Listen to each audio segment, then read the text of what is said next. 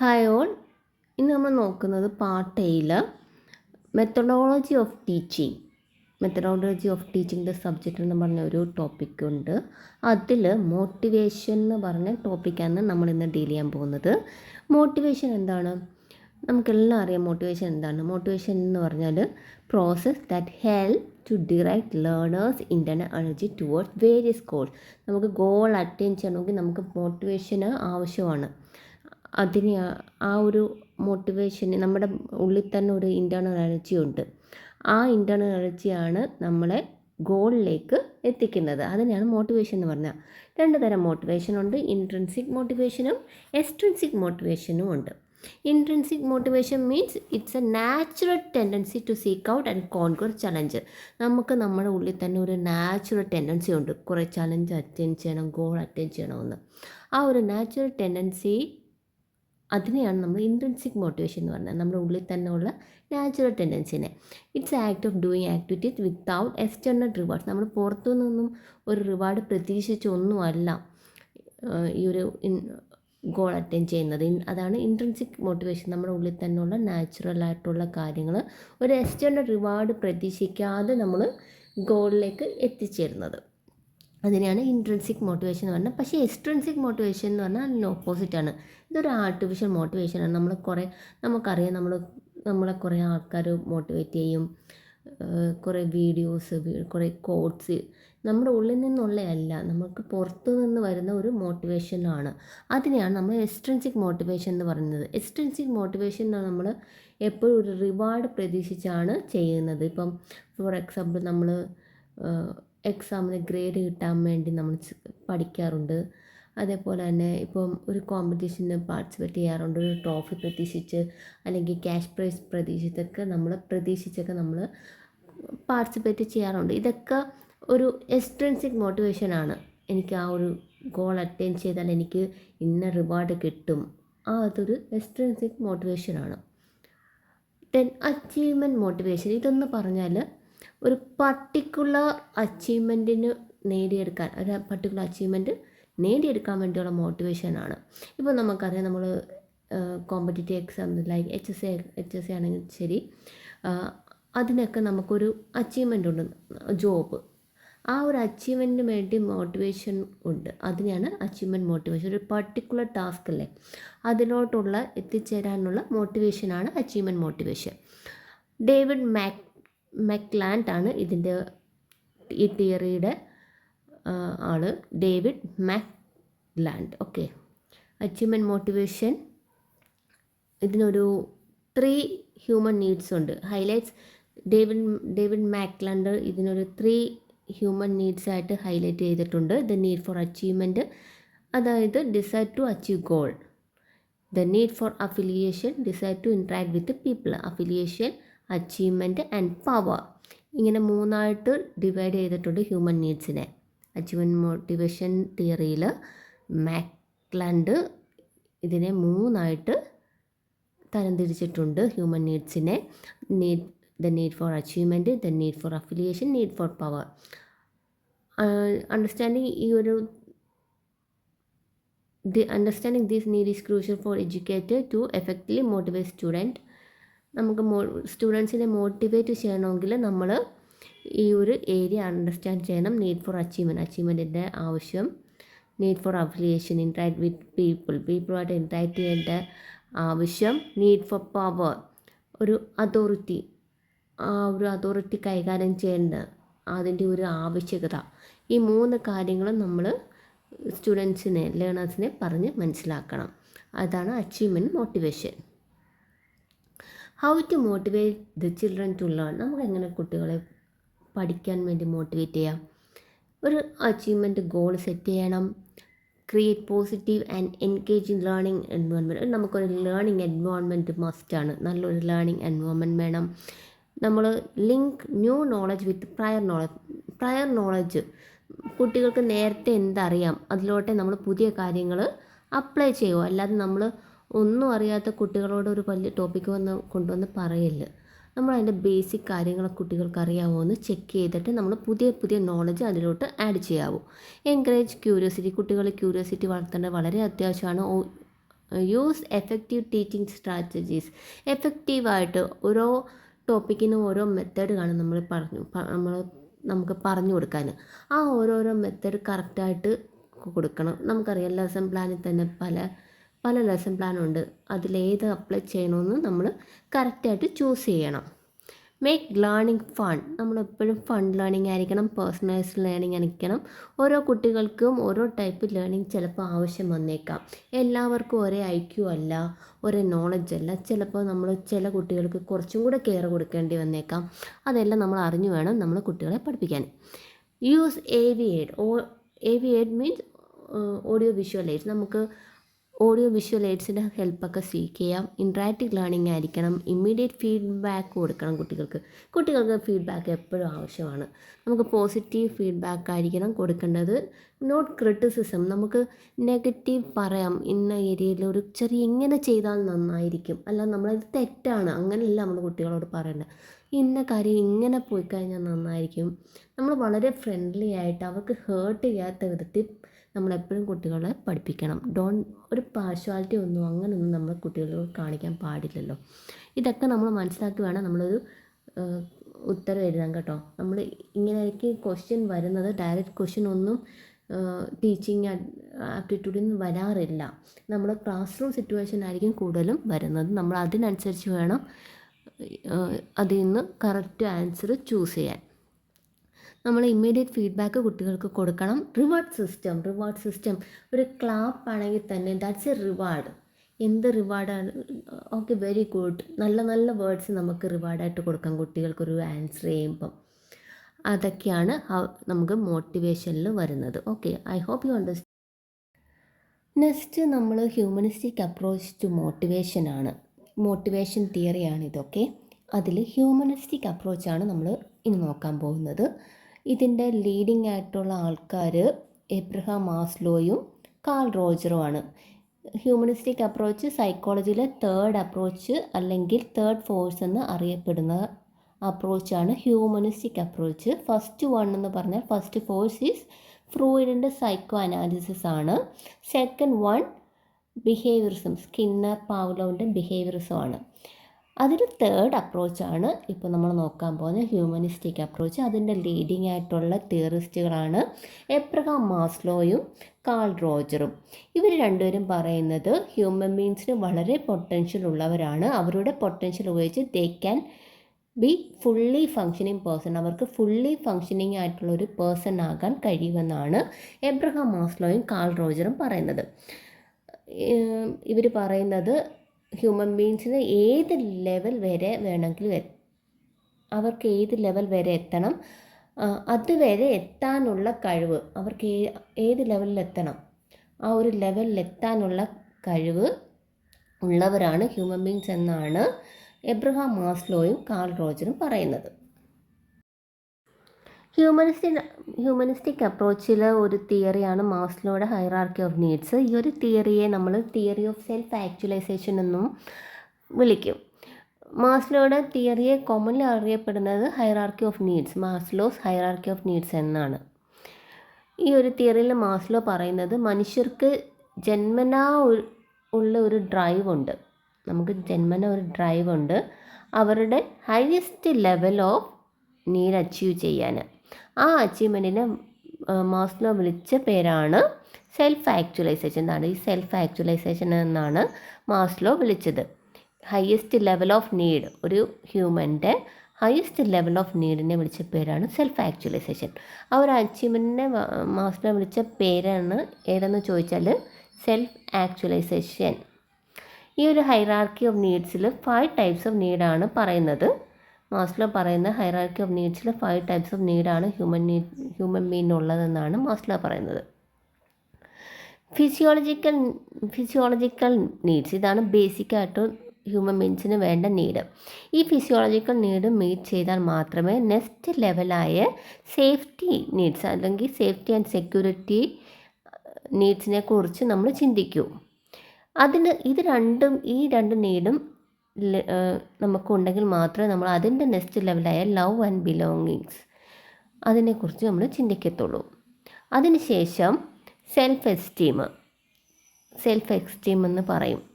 That means നമുക്ക് നമ്മൾ തന്നെ ഒരു കോൺഫിഡൻസ്, ഒരു അച്ചീവ്മെൻറ്റ്, നമുക്ക് നമ്മുടേതായ ഒരു ഐഡൻറ്റിറ്റി ഉണ്ടാക്കിയെടുക്കുക. ആ ഒരു നീഡാണ് സെൽഫ് എസ്റ്റീം. നമുക്ക് നമ്മുടേതായ ഒരു ഐഡൻറ്റിറ്റി ഉണ്ടാക്കിയെടുക്കുന്നത്. ഈ 4 നീഡും സാറ്റിസ്ഫൈ ചെയ്താൽ മാത്രമേ നമ്മൾ നെക്സ്റ്റ് നീഡായ സെൽഫ് ആക്ച്വലൈസേഷനിൽ എത്തൂ. ലാസ്റ്റ് നീഡാണ് സെൽഫ് ആക്ച്വലൈസേഷൻ. ഇതിൽ എത്തിച്ചേരണമെങ്കിൽ നമുക്ക് ബേസിക് നീഡ്സ് ആയിട്ടുള്ള ഈ ഒരു first one, psychological safety, love and belonging, self esteem, ഈ 4 അച്ചീവ് ചെയ്താൽ മാത്രമേ നമ്മൾ നമ്മുടെ ഹയസ്റ്റ് ലെവൽ ഓഫ് നീഡായിട്ടുള്ള സെൽഫ് ആക്ച്വലൈസേഷനിൽ എത്തുകയുള്ളൂ. ഇതാണ് മാക്സിമം പൊട്ടൻഷ്യലിൽ ഒരു ഹ്യൂമൻ ബീയിങ്ങിന് എത്താൻ പറ്റുന്ന അവസ്ഥ. സെൽഫ് ആക്ച്വലൈസേഷനാണ് ഒരു വ്യക്തിയുടെ ലൈഫിലെ എയിം എന്ന് മാസ്ലോ പറയുന്നത്. നമ്മുടെ ഗോള്, എയിം എന്ന് പറയുന്നത് ലാസ്റ്റ് നീഡായ സെൽഫ് ആക്ച്വലൈസേഷനാണ്. ഈ ഫസ്റ്റ് 4 നീഡ്സില്ലേ, ഇതിൽ എന്തൊക്കെയോ ലാക്ക് ചെയ്യുന്നുണ്ടാകും. ഇതെത്തിച്ചേരണമെങ്കിൽ ഇവിടെ എന്തൊക്കെയോ ലാക്ക് ചെയ്യുന്നു, അത് നമുക്ക് ഒരു പൂർത്തീകരിച്ചാലേ നമുക്ക് ഇവിടെ എത്തിച്ചേരാൻ പറ്റുമെന്നാണ് മാസ്ലോ പറയുന്നത്. അതുകൊണ്ട് തന്നെ നമ്മൾ ഈ 4 നീഡ്സിനെ നമ്മൾ ഡെഫിഷ്യൻസി നീഡ് അല്ലെങ്കിൽ ഡി നീഡ്സ് എന്ന് വിളിക്കും. സെൽഫ് ആക്ച്വലൈസേഷനെ നമ്മൾ ബി നീഡ് എന്നും വിളിക്കും, being growth need. Deficiency need means ഇതിൽ എന്തിൻ്റെയൊക്കെ ഒരു ലാക്കുണ്ട് ഈ 4 അതുകൊണ്ടാണ് നമുക്ക് ഇവിടെ എത്തിച്ചേരാൻ പറ്റാത്തതെന്നാണ് മാസ്ലോ പറയുന്നത്. സെൽഫ് ആക്ച്വലൈസേഷൻ നീഡിനെ ഗ്രോത്ത് നീഡ് എന്നാണ് മാസ്ലോ വിളിക്കുന്നത്.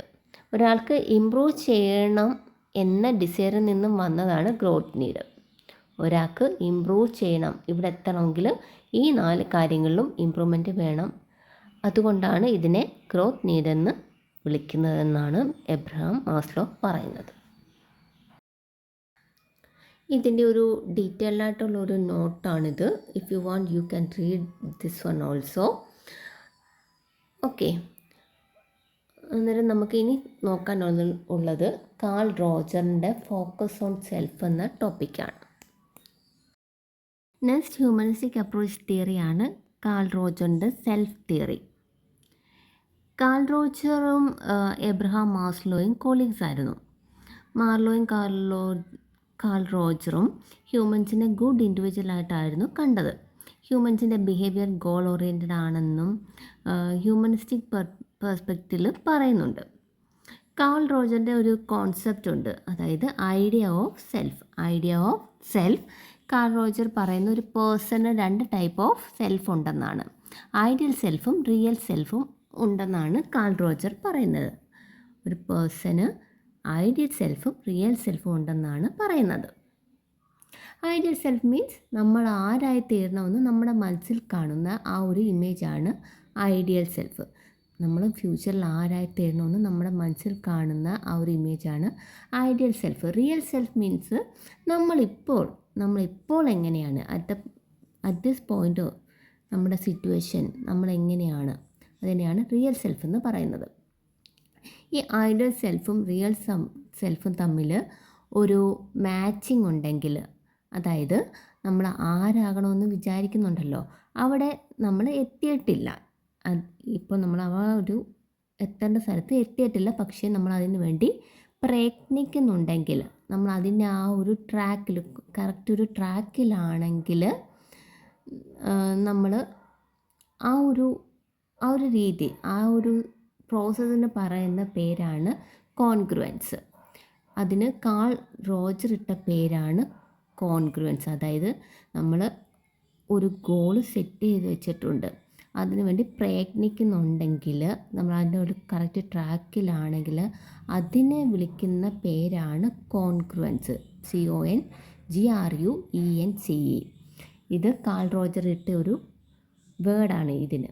ഓക്കെ, ഈ ഐഡിയൽ സെൽഫും റിയൽ സെൽഫും ഒരു കറക്റ്റ് ട്രാക്കിലാണെങ്കിൽ ആ പേഴ്സൺ ഹാപ്പി ആയിരിക്കും. എബ്രഹാം മാസ്ലോ ഇതിനെ വിളിച്ചിരുന്ന പേര് സെൽഫ് ആക്ച്വലൈസേഷൻ എന്നായിരുന്നു. സെൽഫ് ആക്ച്വലൈസേഷൻ നമ്മൾ ഇപ്പോൾ കണ്ടായിരുന്നല്ലോ, ആ ഒരു പിരമിഡിൽ ഏറ്റവും മുകളിലുള്ളതിനാണ് സെൽഫ് ആക്ച്വലൈസേഷൻ എന്ന് എബ്രഹാം മാസ്ലോ വിളിച്ചത്. എന്നാൽ കാൾ റോജർ ഇതിനെ പറഞ്ഞത് ഫുള്ളി ഫങ്ഷനിങ് പേഴ്സൺ എന്നാണ്. ഫുള്ളി ഫങ്ഷനിങ് പേഴ്സൺ, അതായത് അവർ എന്ത് വിചാരിക്കുന്നോ അത് നേടാനുള്ള ഒരു കറക്റ്റ് ട്രാക്കിലൂടെ പോകുന്നതിനെ, അങ്ങനെയുള്ള പേഴ്സണിനെ ഫുള്ളി ഫങ്ഷനിങ് പേഴ്സൺ എന്നാണ് കാൾ റോജർ വിളിച്ചിരുന്നത്. അതിന് ആ ഒരു പ്രോസസ്സിന് ഈ ഐഡിയൽ സെൽഫും റിയൽ സെൽഫും തമ്മിൽ കോൺഗ്രുവൻസ് ഉണ്ടെങ്കിൽ ഒരാൾ ഫുള്ളി ഫങ്ഷനിങ് പേഴ്സൺ ആണെന്നാണ് കാൾ റോജർ പറയുന്നത്. അതായത് ഐഡിയൽ സെൽഫും റിയൽ സെൽഫും തമ്മിലൊരു കോൺഗ്രുവൻസ്, അത് കറക്റ്റ് ട്രാക്കിലാണ് പോകുന്നതെങ്കിൽ ആ ആൾ ഫുള്ളി ഫങ്ഷനിങ് പേഴ്സൺ ആണെന്നാണ് കാൾ റോജർ പറയുന്നത്. നമുക്ക് പക്ഷേ നമുക്ക് പെർഫെക്റ്റ് ആകണമെന്ന് ആഗ്രഹമുണ്ട്, പക്ഷെ നമ്മൾ അതിന് വേണ്ടി നമ്മൾ ഒരു എഫേർട്ടും ഇടുന്നില്ല. അങ്ങനെയാണെങ്കിൽ നമ്മുടെ റിയൽ സെൽഫും ഐഡിയൽ സെൽഫും തമ്മിൽ കോൺഗ്രുവൻസ് ഇല്ല, നമ്മൾ കറക്റ്റ് ട്രാക്കിലല്ല പോകുന്നത്, അവർക്ക് ഒരു ഫുള്ളി ഫങ്ഷനിങ് പേഴ്സൺ ആകാൻ സാധിക്കത്തുമില്ലെന്നാണ് കാൾ റോജർ പറയുന്നത്. ഐഡിയൽ സെൽഫും റിയൽ സെൽഫും തമ്മിൽ ഒരു കറക്റ്റ് ട്രാക്കിലല്ല പോകുന്നതെങ്കിൽ അതിലൊരു കോൺഗ്രുവൻസ് ഇല്ല എന്നാണ് കാൾ റോജർ പറയുന്നത്. അവരൊരു ഫുള്ളി ഫങ്ഷനിങ് പേഴ്സണും അല്ലെന്നാണ് അദ്ദേഹം പറയുന്നത്. കാൾ റോജർ പറയുന്നുണ്ട് നമ്മുടെ എൻവയോൺമെൻറ്റിനും നമ്മുടെ ബിഹേവിയർ ഷേപ്പിങ്ങിൽ നല്ലൊരു റോളുണ്ടെന്ന്. ഒരു പേഴ്സണ് ഒരു അൺകണ്ടീഷണൽ പോസിറ്റീവ് റിവാർഡ് കിട്ടുവാണെങ്കിൽ അദ്ദേഹത്തിന് ഫുള്ളി ഫങ്ഷനിങ് പേഴ്സൺ ആകാൻ കഴിയും.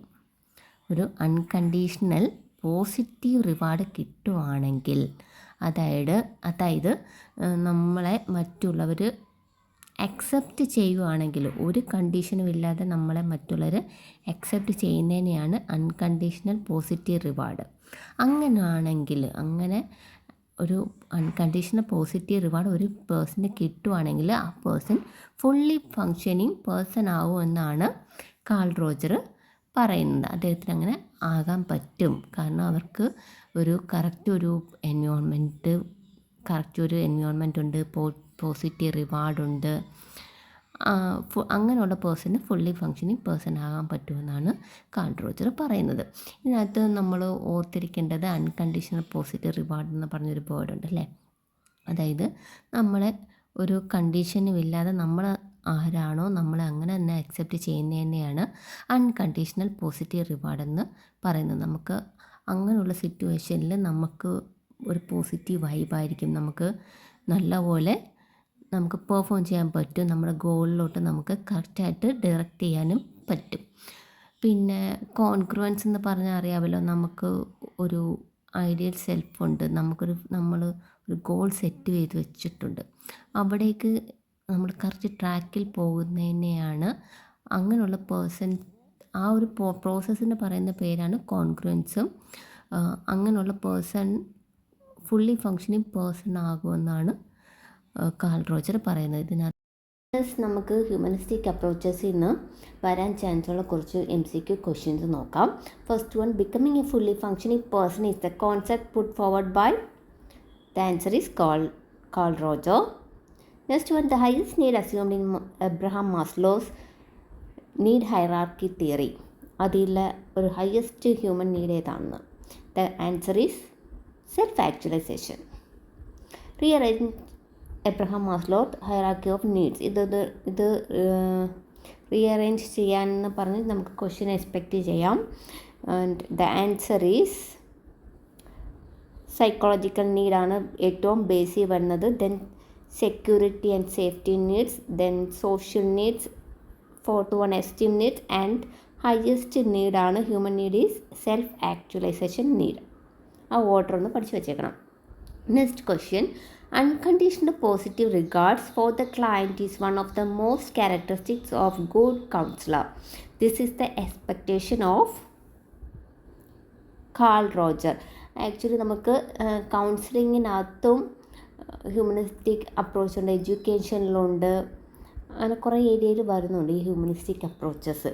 അതിൽ കൗൺസിലിംഗ് ആൾസോ നമുക്ക് വരാൻ ചാൻസ് ഉള്ള ഒരു ഏരിയയാണ്. കൗൺസിലിംഗ്, എഡ്യൂക്കേഷണൽ സ്റ്റുഡൻസ് കൗൺസിലിംഗ് ഒക്കെ നമുക്ക് വരാൻ ചാൻസ് ഉള്ള ഒരു ഏരിയ ആണ്. സോ ഈ ഒരു ക്വസ്റ്റ്യനും ഒന്ന് പഠിച്ചു വച്ചേക്കണം. നമുക്ക് മോട്ടിവേഷനിലും ഉണ്ട് ഹ്യൂമനിസ്റ്റിക് അപ്രോച്ച്, കൗൺസിലിങ്ങിലുണ്ട്. Okay, so unconditional positive regard ഇതൊന്ന് റീഡ് ചെയ്ത് വെച്ചേക്കണേ. ദ ക്വസ്റ്റ്യൻ പിടികിട്ടിയല്ലോ. Unconditional positive regard for the client is one of the most important characteristics of good counsellor. This is the expectation of Carl Roger. ഇതും read ചെയ്തേക്കുക. Next question, humanistic psychology is often referred to as the third force because humanistic psychology ആണ് third force ആയിട്ട് consider ചെയ്യുന്നത്. Why? Answer is all of the above. It's a new approach than behavior and psychoanalysis and emphasizes conscious experience and self-awareness. Focuses on potential for growth and self-actualization. ഇതിൽ humanistic psychology ആണ് third force. First force എന്ന് പറയുന്നത് ഫ്രോയിഡിൻ്റെ psycho analysis ആണ്. Second force is behaviourism. Okay, next question, humanistic therapy emphasis on the client's subjective experience and personal growth. Next question, according to humanistic theory, a therapist's most important role is, ഇതൊക്കെ കൗൺസിലിങ്ങിനകത്ത് വരുന്നതാണ്, create a supportive and empathetic environment for the client. Next question, the type of counseling process proposed by Carl Roger. Answer is non-directive counseling. And എൻ്റെ ഒരു explanation ഞാനിവിടെ ഇട്ടേക്കാം. You can read it. Counselling എന്താണ്, directive counselling എന്താണ്, elective counselling and non directive counselling, ഇതിൻ്റെയൊക്കെ ഒരു explanation ഇവിടെ ഉണ്ട്. Next question, the techniques in respect of human learning context advocated by Carl Rogers were given the caption self-initiated learning. The technique in respect of human learning context advocated by Carl Roger were given the caption self-initiated learning. അതിൻ്റെ ഒരു explanation ഇവിടെ ഞാൻ കൊടുത്തിട്ടുണ്ട്. U can read it. If you want you can read it. Okay, reception learning, self regulated learning, ഇതൊക്കെ ഒന്ന് read ചെയ്ത് വെച്ചേക്കുന്നത് നല്ലതാണ്. Discovery learning. Next question, for an effective non-directive counseling session, which one of the following will be most essential? ഇതിൽ most essential ആയിട്ടുള്ളത് establishing A rapport with the client ആണ്. വളരെ important. ഒരു കൗൺസിലറും കൗൺസിലിംഗ് തമ്മിലുള്ള ഒരു ഇൻട്രാക്ഷനിൽ റാപ്പോ വേണം. Okay, next question, in the technique of person-central counseling, in the technique of person-central counseling, the congruence is related to, ഇത് കൗൺസിലിങ്ങിലെ കോൺജുറൻസ് ആണ് പറയുന്നത്. നമ്മൾ മോട്ടിവേഷനിൽ പഠിച്ചിരുന്നു. ഇത് കൗൺസിലിങ്ങിൽ കോൺജുറൻസ് എന്താണെന്നാണ് കാൾ റോജർ പറയുന്നത്. Okay, in the technique of personal central counselling, the congruence is related to matching between facial expression and words. Okay, അന്നേരം നമുക്ക് ഇത്രയുമാണ് ഇതിൽ ഈ ഒരു ടോപ്പിക്കിൽ നിന്ന് വരാൻ ഏകദേശം ചാൻസ് ഉള്ള കാര്യങ്ങൾ. Please read it. Thank you and we will see with another video. Okay.